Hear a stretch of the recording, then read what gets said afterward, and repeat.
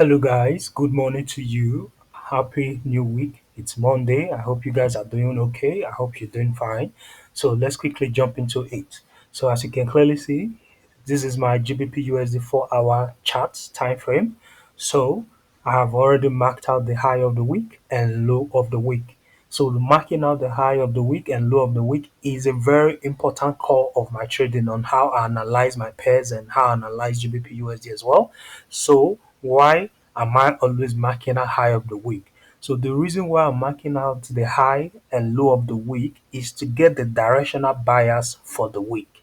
So whenever price eventually shows me the directional bias, either breaking above or breaking below, we definitely tend to have more of the buys or more of the sells depending on which direction price broke above or break below.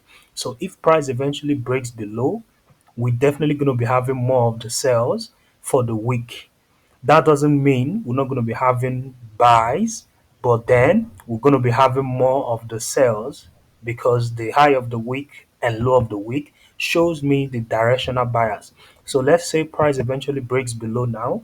For me, I'm only going to be entering at the retest of the low of the week. Then I'm going to be shorting, which means I'm going to be selling GBP USD once price does that.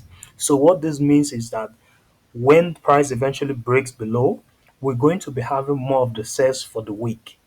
We're definitely going to be having more of the sales for the week.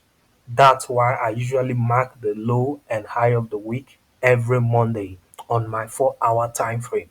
So when price breaks below, I'm going to wait for a retest and then enter a set trade from the retest on that low of the week. Sometimes price definitely not sell from the retest, but eventually it tends to retest on the low of the week. So that's why you see on my chart every week, every Monday, every time you see my chart being labeled high of the week, low of the week. So that's the reason why I usually mark out my high and low of the week is to get the directional bias for the week. So if price eventually breaks below, we should be expecting more of the sales for that week.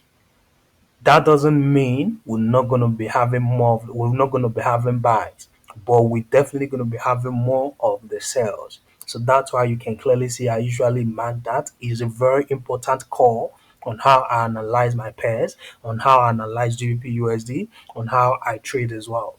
So today now I've already marked it out. So all I'm waiting for is to see price either break below, then wait for a retest, then go in for a set trade.